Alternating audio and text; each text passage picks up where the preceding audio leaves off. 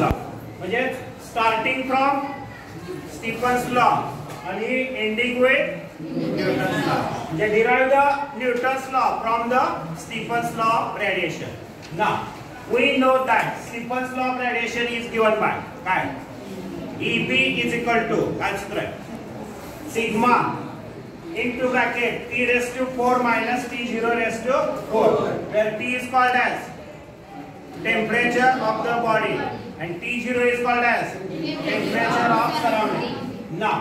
E upon Eb ची value पाहिजे परत आपल्याला काय आहे E. आता याच्यावरून E बरोबर काय होईल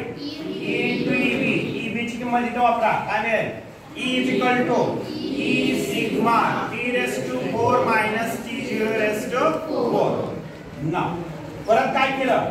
E म्हणजेच काय energy radiate per unit time per unit area हे आहे तसं ठेवलं E sigma t raised to 4 minus t0 raised to 4. परत काय केलंय याला मध्ये T याचा मीनिंग काय आहे टेम्परेचर ऑफ बॉडी आणि t0 ला काय म्हणतात टेम्परेचर ऑफ सराउंडिंग. ना energy radiated per unit time divided by area इथला लिहिला नाही एरिया गुण भागाकार मध्ये एक लागलं तर गुणाकार करायचं म्हणून E is equal to E sigma A t raised to 4 minus t0 raised to 4 named as equation number 1. Now let समजा x is the excess temperature of body जर बॉडीचं excess तापमान x इतकं असेल तर आपण ठेवायचं एक किंमत आपल्याला काय t minus t0 लाच काय म्हणतात excess temperature म्हणतात x म्हणतात. आता हीच किंमत आपल्याला याच्यामध्ये कन्वर्ट करता येईल t बरोबर काय होईल t0 plus x हीच ठेवायची आहे कुठे ठेवणार आहे इथे ठेवायची काय मिळेल बघा dq upon dt is equal to E sigma A t0 plus x bracket raised to 4 minus t0 raised to 4. आता हे सॉल्व करायचं आहे सॉल्व करण्यासाठी काय मिळते आपल्याला बघायचं dq upon dt is equal to E sigma A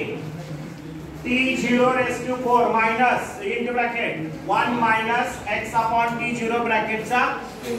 4th power minus t0 raised to 4. आता x upon t0 ही किंमत अतिशय लहान आहे त्याचा आणखी पॉवर अतिशय लहान मिळेल म्हणून ही किंमत आपण निग्लेक्ट करतो म्हणजे फक्त इथे काय राहतंय 1 आणि त्याच्यामध्ये राहणारा x upon t0 हा फॅक्टर राहतो पूर्ण म्हणजे फॉर्म्युला मिळेल तुम्हाला म्हणजे ही किंमत परत कन्वर्ट केली बघा आपण 1 minus x upon t0 raised to 4 याची व्हॅल्यू किती मिळते 1 minus x upon t0 इतकी मिळते म्हणजे ह्या टर्मनी फक्त ह्या टर्मला मल्टिप्लाय करा काय मिळतंय dq upon dt E sigma A 1 ला गुणलं काय मिळतं हे आलं म्हणजे t0 raised to 4 परत याला गुणा मायनस ला मायनस इथं मायनस मायनस बिकम्स प्लस काय केलं हायर पॉवर आहे त्या हायर पॉवर बिकम्स काय केलं ते कन्वर्ट केलं आपण म्हणजे 4 into x काय होतंय डेरिव्हेशन सॉल्व केलं डेरिव्हेटिव्हज तर काय होतंय पॉवर खाली येत होतो म्हणजे काय होईल 4x आता कितवा घात आहे इथं चौथा आहे आणि डिवाइड मध्ये काय परत t0 आहे म्हणजे एक कॅन्सल होईल म्हणजे किती राहील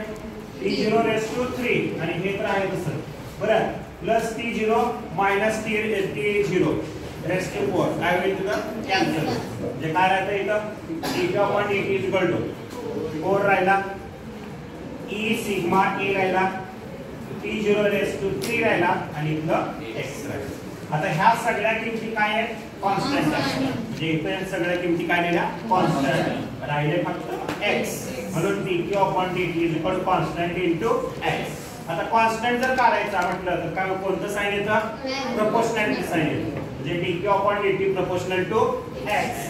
dq upon dt is proportional to x ला काय म्हणतात excess temperature म्हणून आपण स्टेटमेंट म्हणू शकतो न्यूटन्स लॉ चं स्टेटमेंट मिळते आपल्याला काय न्यूटन्स लॉ चं स्टेटमेंट मग rate of loss of heat of the body is directly proportional to the excess temperature of the body over surrounding provided that excess is a small. Hence Newton's law is proved from the Stefan's law of radiation.